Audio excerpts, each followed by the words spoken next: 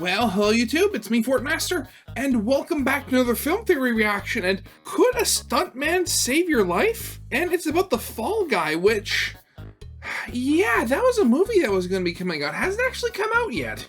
No, yeah, hasn't come out yet, but, I mean, from what I saw in the trailers, it looked pretty good. I mean, the concept of like a stuntman having to save the world, at least that's what I think it looked like. But you know, it looked fun. Save your life, but I mean, save your life. Like, are they talking about like a stuntman coming to save your life? Like if you're in danger, or like or are they talking more about like, you know, a stuntman doing the stunts for an actor if you were the actor? I mean, from what little I know of the movie, I mean, I'd have to probably say it'd most likely be the first option, but with the theory channels, you never know. I mean, at the end of the day, I mean, the stunt performers are one of the many unsung heroes of, you know, the film industry. I mean, there aren't that many actors that do their own stunts, and rightly so. I mean, if you do them wrong, you can get very hurt. I mean, all you have to do is look up those compilation videos of stunt performers pretending to be shot, and they'll fall, like, not even onto, like, say, a mattress or a pad. They'll just fall onto the dirt. I mean, kudos to the people that do that. They do a very important service to the industry. You know what, I'm gotten off track here a little too much. Let's actually see what the video itself is going to be about. So yeah, as always, original video is linked in the description if you haven't seen it for some reason. Corner video will lead to my game theory reaction, and with all that out of the way, let's get this thing started then, shall we? Thanks to Universal Pictures for sponsoring today's video.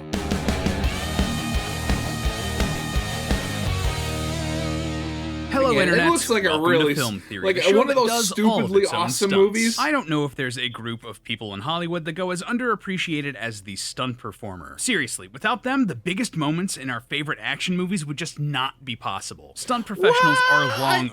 I mean, well, yeah, again, as I said, they are very important. But I will say, I think they're like, when it comes to importance, I think they're like same par as like visual artists and sound engineers, because I mean, specifically with like visual artists and sound engineers, well, I mean, if they do their job well, you don't notice that they were there. Overdue the recognition that they deserve. Just saying, if I were running an award show, stunts would be a category I'd be giving multiple statuettes away for. I mean, just have Ryan Gosling and Emily Blunt zipline in from the ceiling and give it out. It writes itself. But that's neither here nor there. And this lack of appreciation for stunt professionals is why I was so happy to hear that Universal Pictures and 87 North were developing a new live-action comedy called The Fall Guy, set to release in theaters on May 3rd. All about these unsung heroes of Hollywood. It's also why it was a no-brainer for me to say yes when they approached us to do a theory about the project. Yeah, boy!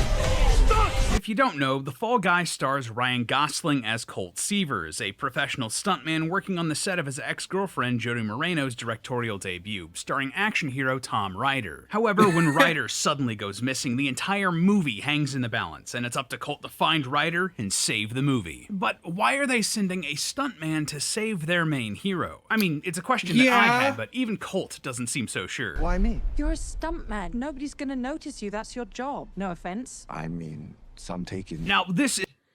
Yeah, that's kind of insulting there. I mean, it's not like in the Lego movie where like, oh, his face is so generic it matches every other face in our database or something like that. No, it's just like, you are a stuntman.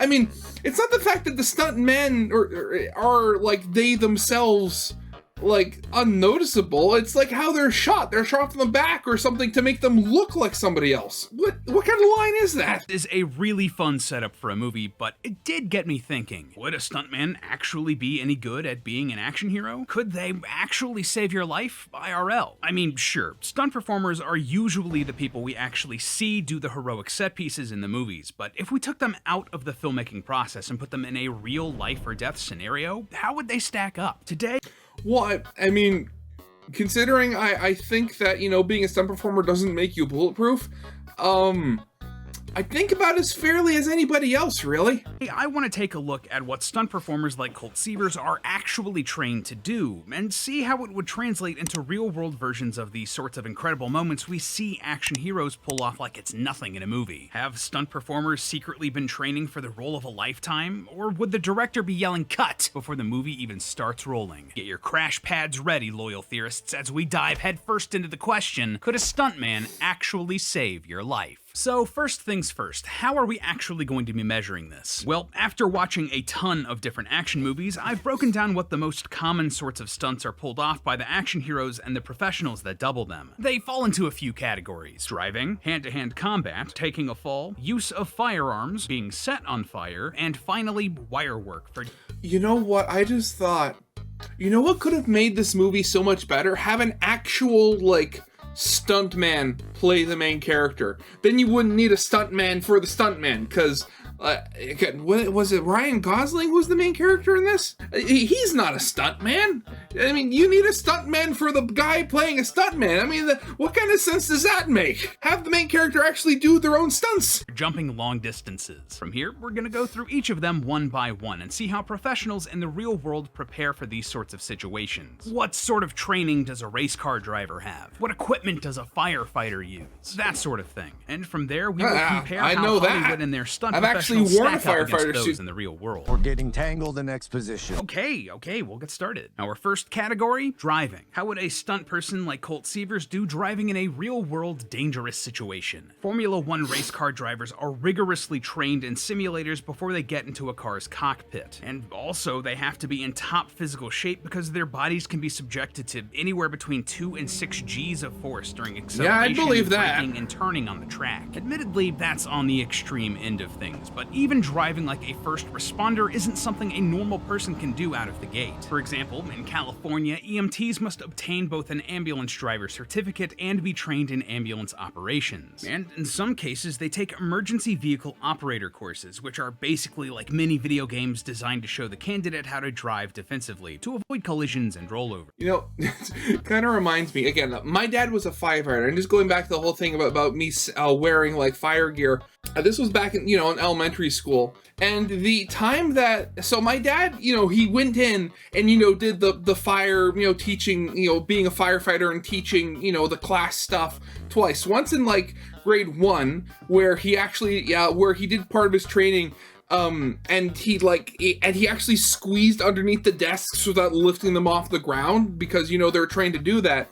And the second time, he actually had me walk into the room wearing, like, full firefighter gear, because at that point I was big enough where I matched in size roughly about the smallest guy in his hall. So he asked the guy and had him and like borrowed his gear for the day and had me wear it so I could walk into class being completely clad in the fire gear. Oh man, that stuff is heavy. But just going back to now going forward to the driving thing, he always used to joke that, when they're going to a call, like say on the highway or something like that, more often than not, they're going to be driving on the median of the highway because, usually an accident on the highway causes traffic. And they would always use to joke that, hey, you got to go as fast as possible because the faster you go, the skinnier the truck gets. Similarly, police across the country are trained in special driving courses to show them both the extent of their own driving ability and what their police vehicles are capable of. And in California, all police must be regularly trained in driving tactics, communication, and assessing public safety for high-speed pursuits. So how would a stuntman handle all of that? Surprisingly well. Though not every stunt actor is also a stunt driver, many like Colt are very adept behind the wheel because it's an easy way to expand their skill set. Car chases like this are incredibly common set pieces in action cinema and involve a lot of moving parts and performers. Yeah, when you see a car chase with the hero bobbing and weaving through traffic, all of the other cars are also being driven by stunt professionals, and one small mistake can be costly, both for the budget and the health of the performers. The list of skills that any stunt performer might need for any particular scene is lengthy, and many would transfer over to real-world I thought that high-speed did stomping. pursuits. I was very 180-degree confused. turns, drifts through corners, making big jumps, stopping on a dime, and even driving backwards, just to name a few. They may even be called upon to do some new maneuver unique to the scene that they're filming, meaning that being one with their vehicle is critical. And that's even without mentioning that, just like other scenes, you're going to need to be doing multiple takes of any driving stunts. So you'll need to be a good enough driver to do these crazy moves over and over and over. You may even...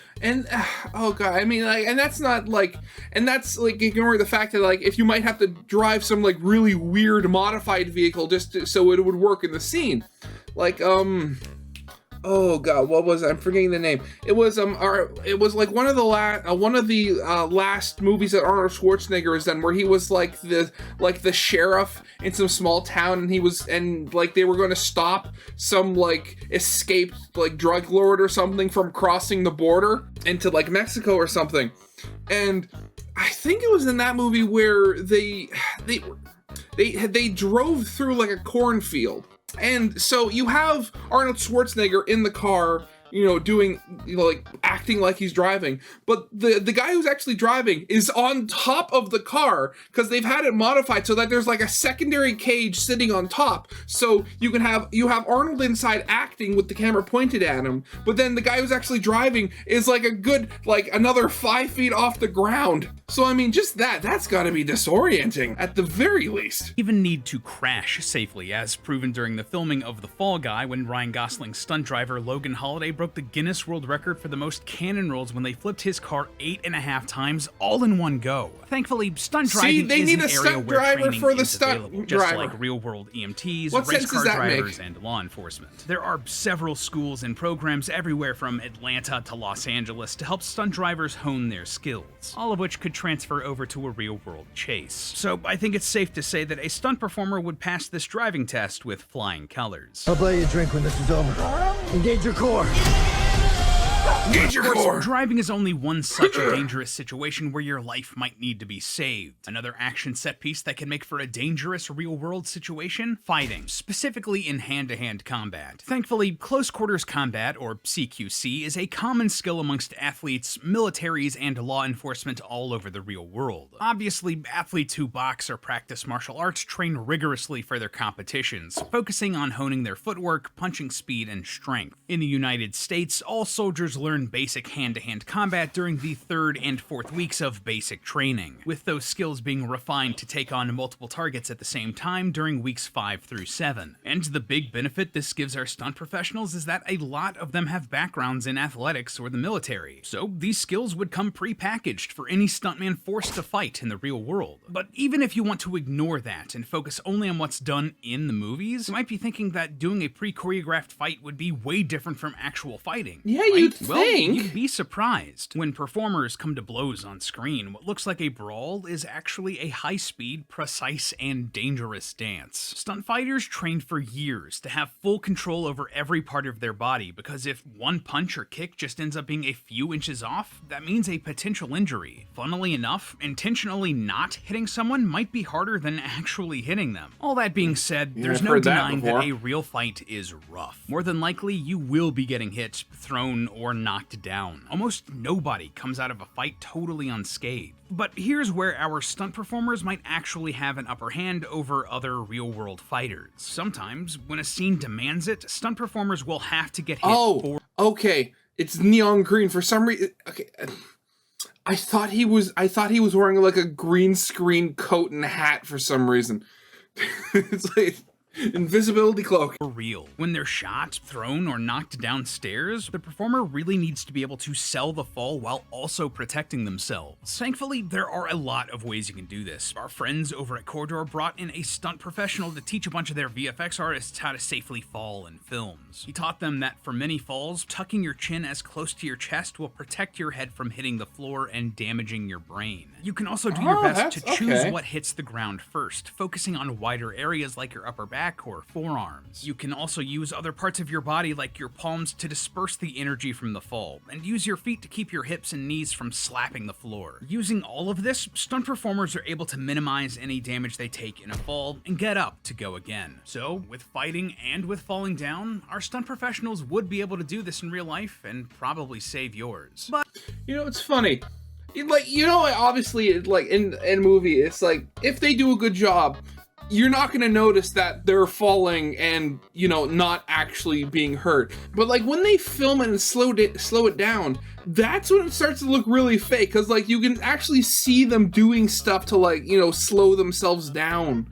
It's all fake. It always has been. But what if the situation required guns? What if the fist fight turned into a firefight, like it so often does in action cinema? Well, again, the background many stunt professionals have in the military or law enforcement is gonna come in clutch here. The United States military requires marksmanship during basic training, while California police officers must pass I mean, you'd hope they did. Courses, which involve a full 24 hours of firearm training during the curriculum. And for more specialized divisions of the military or law enforcement, like the Navy SEALs or SWAT teams, the standards for firearm use are even higher. What's more, there is specific training that actors and stunt professionals can undergo that will train them heavily with the use of firearms for their fight choreography. Keanu Reeves famously did this for the John Wick films, training with the gun range Terran Tactical to hone his skills. And let's just say I wouldn't want to meet him at high noon. So, once again, stunt professionals are in a great position to save your life during a shootout. But that's how a stunt professional would fare in a firefight. But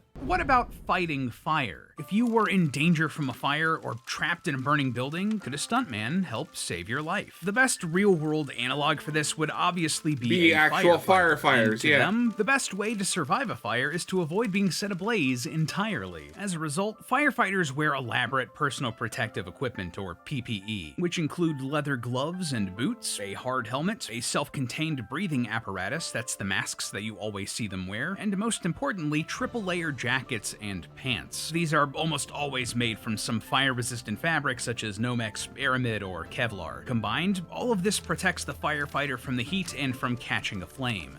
I mean, again, fire-resistant is the key word there. You're not going to want to stand in there. You still want to get in and out as quickly as possible is the thing. And again, that stuff is heavy. Like, actually, wait, how? Like, because obviously it's going to depend on, like, the size of the suit. But, God, how heavy do they actually weigh? 45 to 75 pounds? Yeah. And again, that's, like, all this stuff, it's, like, really thick fabric. So, like, not only is it heavy, it's also the fact that it's slowing down and impeding your own movements as well. So you have kind of like the double layer effect.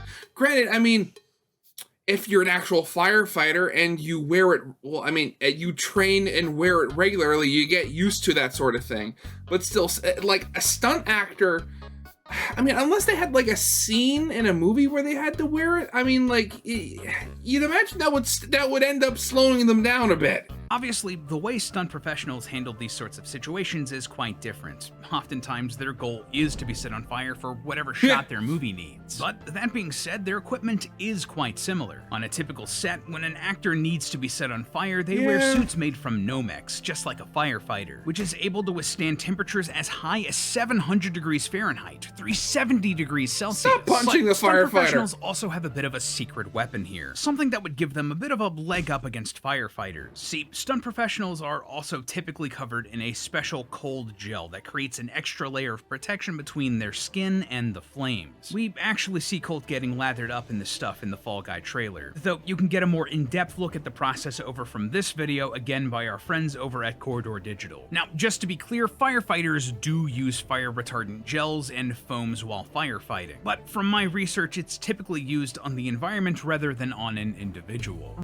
Yeah, I swear, if this is the part where they say that this would win, I mean, like, how often do you have, like, cool gel, like a bucket of cool gel on hand? Regardless, stunt professionals absolutely would have the experience and the equipment required to help in a fiery situation. But that's only part of the challenge here. The other half would be keeping your cool in the heat of the moment. That's just my middle name. Yeah, fighting a fire is dangerous work and could cause a lot of stress. In fact, all of the situations we've talked about so far, extreme driving, fighting, shootouts, are situations that could very easily trigger your fight or flight response. Oh jeez, who would have your thought? Body full of adrenaline and get you to make stupid mistakes that could cost you or someone around you their life. Thankfully, there are ways to keep your calm while in these stressful situations. For example, Yeah, of course according to there always is. firefighter Tyler Morris, high-level professionals in firefighting, special military operations, SWAT teams, and athletes all use a technique called box breathing to keep themselves calm. This involves taking a deep breath slowly, holding it in for a few seconds, exhaling slowly, and then holding again, and then starting the whole thing over. This sort of hacks your nervous system and regulates your body, pulling it out of fight or flight mode and letting you make more rational, informed decisions. And hey, wouldn't you know it, but this also sounds a lot like techniques used by real-world stunt professionals. According to stuntman Tommy Europe, sitting quietly and breathing deeply before any big scene is how he keeps his cool in the face of dangerous stunt work, just like real-world professionals. And there aren't many stunts more dangerous than our last big action set piece, Wire work. See, excessive running and jumping can lead to all sorts of injuries. Muscle strains, back and knee pain, stress fractures in your bones. And that's without throwing you into an intense or dangerous situation, running for your life, or jumping between buildings. You know, stuff you typically see in an action movie. These sorts of jumps could be missed, causing whoever makes them to fall to their death. And running along buildings could result in tripping, which again could lead to a deadly tumble. Normally, on a film set, big running jumps would be wire stunts, with the stuntman rigged up to a wire apparatus that would help them jump further and more safely, you know, preventing them from going off course or crashing into a wall or building that might hurt them. So, when removed from the safety of a film set, how would a stuntman fare in these sorts of situations in the real world?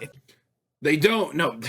They needed to run and jump from a building to save you. Could they do it? Maybe, but not doing it might be the better decision. And you see, that is actually what makes stunt people perfectly suited to be a real hero and save your life in the real world. Although we tend to think of action heroes as having witty one-liners, there's one line that stunt performers give that holds so much more power. No. Ultimately, it's the stunt performer who makes the call about whether or not they feel safe to perform a stunt. It's their life on the line, and if they get injured or worse, it could put everyone else's livelihoods on the line too. If something just feels off, if they don't like the way something looks, it's better to pull the plug than risk bodily injury. In fact, we see Colt make this exact call in the first trailer for The Fall Guy, as he decides whether or not to jump from a dock onto a boat. You can make it, you can make it! You can't make it. It's too dangerous! Gotta be stairs. Colt assesses the situation that he's in and decides that it's not worth the risk, that doing something less flashy but safer is the right call to make. Now, you might be thinking, what do you know? He's wait, smart. How would this save me in real life, though? Well, you see, these are the same sorts of calls that firefighters and law enforcement have to make regularly. If someone is trapped in a burning building with no safe entrance, firefighters might have to make the impossibly difficult call not to go in and find another way to make that rescue. Because if they go in and also get trapped, that's now two people's lives on the line. Or if a police officer is chasing a dangerous suspect and believes that continuing pursuit would cause more danger to those around them, again, they should make the call not to continue, because the good of the public has to come before catching the bad guy. These are incredibly hard decisions to make, ones that I do not envy and frankly am glad that I don't have to make. But ultimately, they're the ones that save more lives. Just like a stuntman who would see a sketchy scene and say no. When it comes down to it, could stunt performers like Colt Seavers actually save your life in the real world? Could they step up to be the hero? Well, based on their skills behind the wheel, in hand-to-hand combat, with firearms, keeping cool under fire, keeping themselves safe in dangerous situations, and knowing when to say no, yeah, they would. And in the world of action filmmaking, stunt people are already the heroes. Without these professionals, the performers, coordinators, and choreographers, action movies would be limited to whatever Muay Thai or ballet lessons their lead actors happen to have experience in. It's literally their job to make the actors they're doubling look more heroic, to do all of the awesome set pieces themselves. So both on the screen and off, of course they'd make for incredible heroes. They're doing the heavy lifting already. And if you want to see the hard work that stunt professionals put into these films firsthand, go check out The Misadventures of Colt Seavers and The Fall Guy when it hits theaters on May 3rd. This is a movie made by stunt professionals celebrating stunt professionals, and I can't wait to get a peek behind the curtain at this part of Hollywood. Thanks again to Universal for sponsoring this video, and as always, remember, it's all just a theory, a film theory. And cut! Wow, okay, I wasn't expecting that. Ah, jeez, yeah. the things that some people can do, or it's just the things that you can do with your body if you train it. It really is like fascinating what the human body can do. Yeah, of course, with that being said, original video is linked in the description if you haven't seen it for some reason. Corner video will lead to my game theory reaction. And with all that out of the way, I hope you guys liked. If you did, leave a like, subscribe if you have not, and I'll see you guys next time. Goodbye.